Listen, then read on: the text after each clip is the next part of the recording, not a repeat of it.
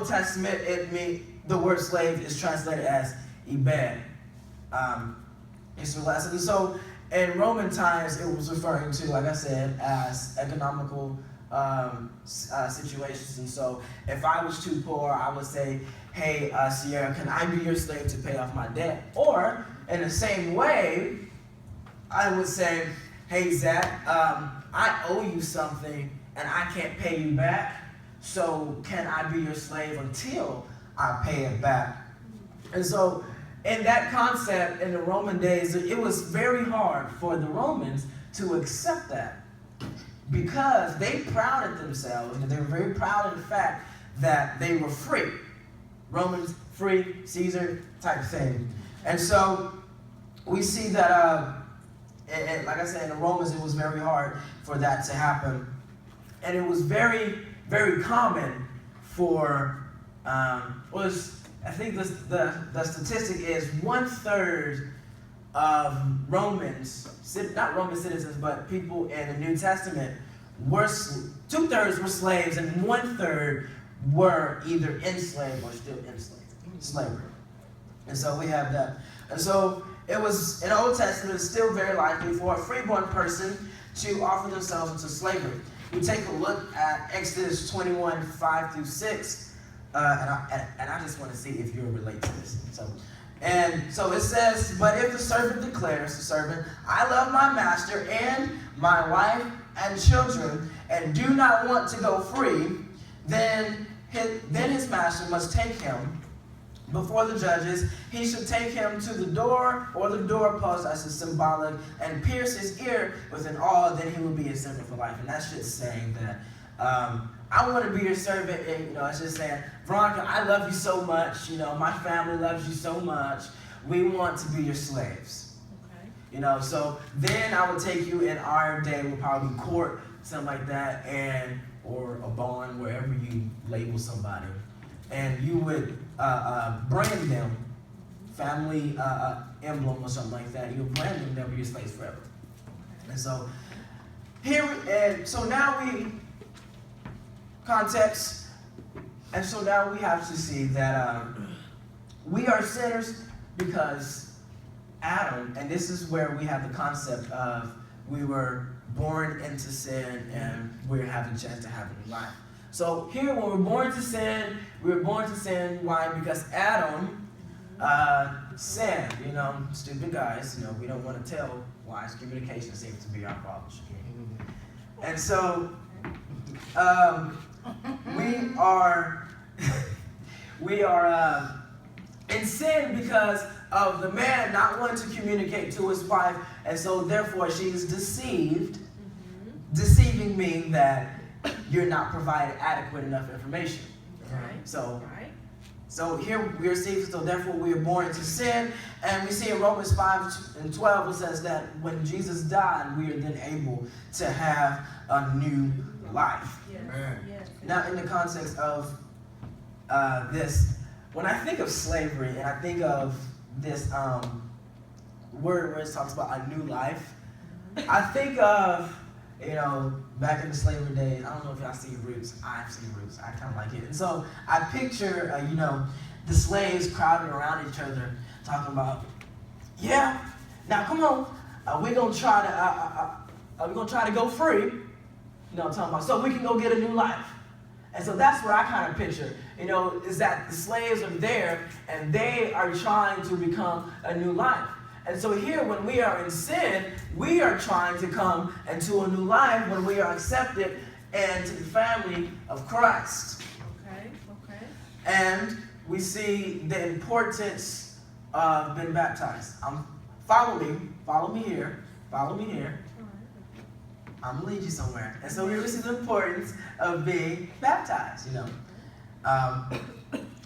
And I try to label it like this. When you're baptized, you were first above water, then you're submerged into water, then you come up as a Christian, right? Not come up a Christian, but come up, a new person. So here we have the sin and who you are first, and then you are, and I say that as your sin. You're there first sin, and then you are submerged into water, which I count as your funeral, and then you come up, and then you are in this new life. Right? So, now we're going somewhere. So, either you are a slave to sin, or you are a slave to righteousness. And we're talking spiritual context. No, either you're one or the other. You can't be middle. And I think earlier in Romans, Paul talks about, I can't do what I want to do because I want to do, is the sinful nature in me, but I can't because of the spiritual nature. And he's battling between the two. And even so more in his letters, he's talking about it is a sin that keeps me from doing what I want to do, and it is the spiritual nature that keeps me from doing what I want to do.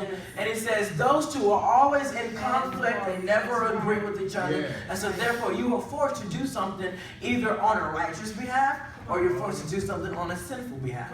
And so here we see the context of either you're slave to sin or a slave to righteousness. So what does being a slave mean? Here we go. So, we see being a slave, and I kind of try to break it down to 4 places, is absolute ownership. And this is not talking about I get to own, but it is talking about when you are a slave, and there's a difference between a slave and servant. I don't believe we're called to be servants. I believe we're called to be slaves. And I'm point that out. So, absolute ownership means that Jesus has absolute control over you. Yes. Your actions, he owns you. You are his property. And if you don't agree with this, you can walk it out. I'm sorry. But absolute ownership means that a slave is like a piece of property. He is bought for a price. In the same way, true converts, true believers in Christ, that's what we're talking about. So if you're not true, once again, you can walk out. Are bought for a price, which is the blood of Christ.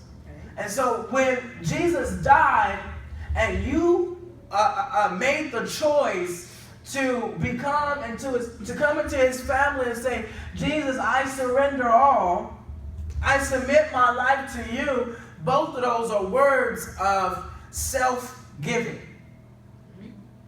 And so here we see that Jesus, if you are a true believer in Jesus Christ, you are bought with a price. Yes, sir. Do we agree on that? Yeah. Okay, small favors lead to big favors, right? So, you were bought with a price. Secondly, we see absolute obedience. Oh, yes. Absolute obedience. A servant this is why I say a difference between a servant and a slave. A servant can negotiate his terms of work. All right. A slave can't. Whatever the master asks, the slave is required to fulfill. Fortunately, beneath the slavehood of Christ, we are never required to do something that compromises our being. And so here we are seeing that when you are in the family of Christ and you become a slave to Christ, you are doing what he has asked. This is where it comes in. We'll say, God says, God told me so. God impressed on me. Well, why does his impression matter? And so I think that sometimes we will be a slave one day and be a servant the other. You got to choose one, man. Either you can go one and the other, And so here we also see, this is why I like the Bible, because everything lines up and talks about the same thing. Here we see, if you're a servant the other day or a slave the other, you are now lukewarm. And now we're not talking between sin and righteousness. Now we're talking about slave and servant. And so we're not all too clear. You can do your history. There are different interpretations on a lukewarm sermon. But we know for sure that Jesus doesn't like lukewarm people. Okay. Wishy-washy. Yeah. Exactly. Yes. And so I think that we can get caught up getting caught up between being a slave or a servant. I'm a slave. Yes, that's good. And now we have thirdly, absolute loyalty.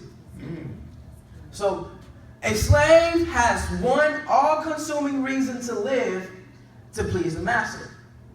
Jesus exemplified this loyalty. Here we see Jesus will not give you something to do that he wouldn't do. I don't call that a good leader. I'm leader picky. Jesus exemplified this loyalty in his unrelenting desire and discipline to please God. His loyalty extended all the way to the cross, and our loyalties can never be divided. Do y'all remember that point where he was in, I think it's the Garden of Gethsemane, and he said, Jesus, not my will, but your will? Yeah. And so there we are seeing Jesus being a slave to his Father. Right. Yes. We're seeing absolute loyalty from his Father. I will do what you will. I won't do anything that you won't ask of me. And we're seeing absolute obedience in the same thing. Fourthly, we see absolute dependence. Oh, yeah. That's good. Y'all are funny. A slave is owned and owns nothing. Absolute ownership. A slave is owned and owns nothing. I own nothing. Amen. The master must provide food, clothing, and shelter. Those are his have-tos. He has to. He has to provide. He has to provide you with that car that you're praying for if you need it. If that car gets you to the ministry of him, that's why I think sometimes we have to check our motives. And we know that he must provide protection. Amen. And we know that being a slave to faithful, kind, generous, and gracious God is a beautiful thing. And so now we see what being a slave is. Either we are a slave to sin or righteousness. A slave to sin, you live in guilt, shame, condemnation. Yeah. And I think, just to make it pretty realistic, they're listed because when you are living to sin, you're living according to what? The flesh, right? Right. And so those are listed in Galatians. Let's take a look. Sexual immorality, impurity, debauchery, idolatry, witchcraft, hatred, discord, jealousy, fits of rage. Now, when I hear fits of rage, what do you think of? Okay, when I think of fits of rage, I think of anger. Anybody else? Shout some stuff at me. Anger? No, okay. I think of temper tantrum. Exactly, that's what I think of. I think of two babies. You know, they say, I don't want it. And I like how he correlates. And the Bible isn't age sensitive. Mm-hmm. And so we're also talking about adults throwing temper tantrums. Really? Selfish ambition. How can I do this on my accord and that type of thing? Decisions. Does anybody in this world know what decisions are? Not decisions, but decisions. It's a disagreement between two people focused on harmful words. So here we're focused on words being it. Factions. Cliques acting against like a villain or a group of them. And that's why I call it factions. Envy, drunkenness, orgy. Slaves to righteousness consist of behavior that is morally justifiable or right. So we're living by a standard when we're talking about righteousness. And so that standard that we are living to is the Word of God. That's our standard that makes us righteous. Now understand that we can't receive full righteousness until we are in heaven. But 2 Corinthians 5:21 says, God made him who had no sin to be sin for us, so that in him we might become the righteousness of God. And so that right there tells us that we have obtained his righteousness. That's right. He took our sin, and so there was a beautiful exchange right there. He took our sin and gave us his righteousness. So that's what we have when we're talking about righteousness. And so and I believe only the ones, the true converts, who have accepted his truth and have submitted him and have become slaves can obtain that righteousness of God that he gives so freely. And so my question is, when I was reading this and I was thinking of being slaves to righteousness, coming from being a slave to sin, and then going to being a slave to righteousness, why in the world would I go from being a slave to becoming a slave? And I'm not trying here to give you a good feel-good message. And so someone read out to me Matthew 25 and 23 for me. Who has that for me? I got it. Awesome. You read it for me? 25, 23? Yeah. The master said, "Well done, my good and faithful servant. You have been faithful in handling this small amount, so I will give you many more responsibilities." Let's Good. celebrate together. Awesome. Yeah, so let's focus on